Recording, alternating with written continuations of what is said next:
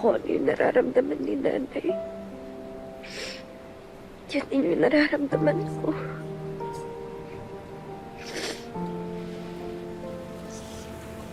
Ayoko mabigay si Papsi.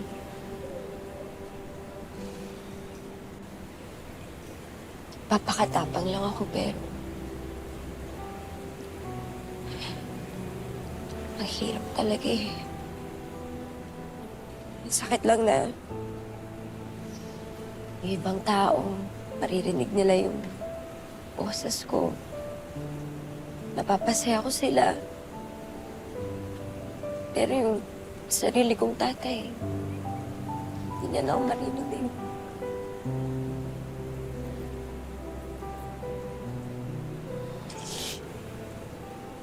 Choose Mang Perry. Spend more time with him. Sa kanya mo lang iparinig ang boses mo. Alam mo namang hindi ko pwede gawin yan, di ba?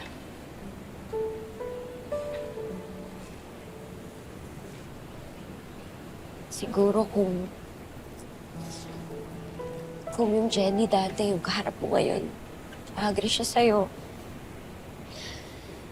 Papadalos-dalos siya sa mga desisyon niya. Babaliwalain niya lahat ng pinaghirapan niya. Iwan niya yung uni. Pero yung Jenny ngayon,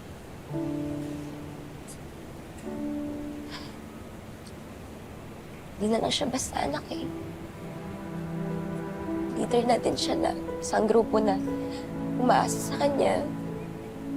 May obligasyon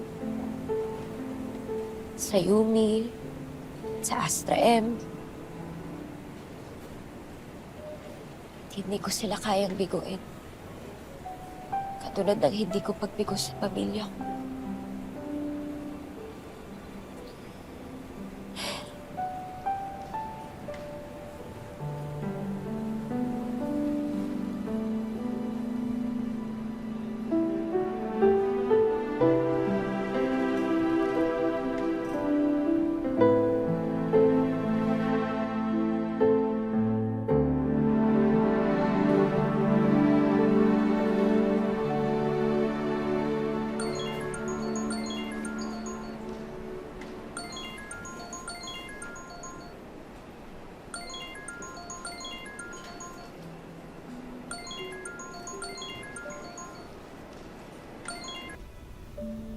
How's Perry? Nagising na raw. Oo. Oo. Pero pinatulog ulit ni Doc. At ganyan ang boses mo. What's wrong? Wala. Wala to. Kaya. So may problema nga. Hospital bills? Let me shoulder it. Salamat. Pero ano naman eh. Sagot naman lahat ng Astra M dito sa ospital. Then what's the problem? Vinci, tell me. Si Perry. Malaki yung posibilidad na mawalan ng pandinig. Dara. I'm so sorry. Nandito lang ako, okay?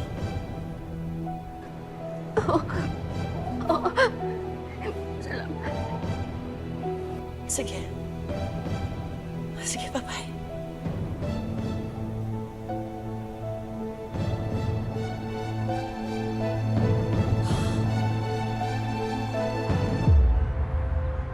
Based on Perry's symptoms, we are seeing signs of inner ear involvement.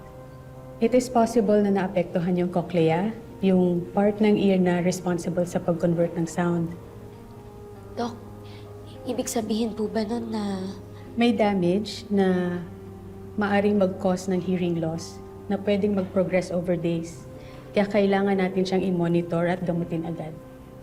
Gagaling pa po ba si Perry?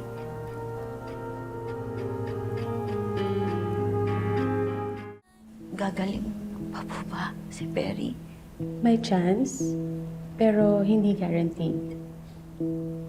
What we can do, we can start with steroids para mabawasan ng inflammation sa inner ear. In some cases, we do steroid injections diretso sa eardrum. We may also consider hyperbaric oxygen therapy. Then, imo-monitor natin kung paano magre-react si Perry. Mabibingi si Perry. Mabibingi si Perry.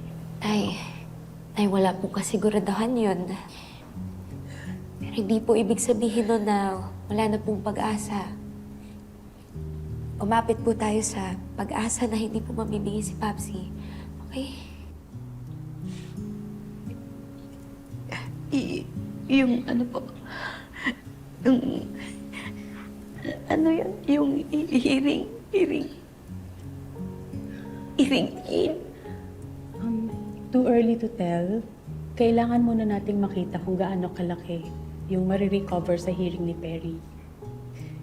If needed, isa yun sa options natin later on.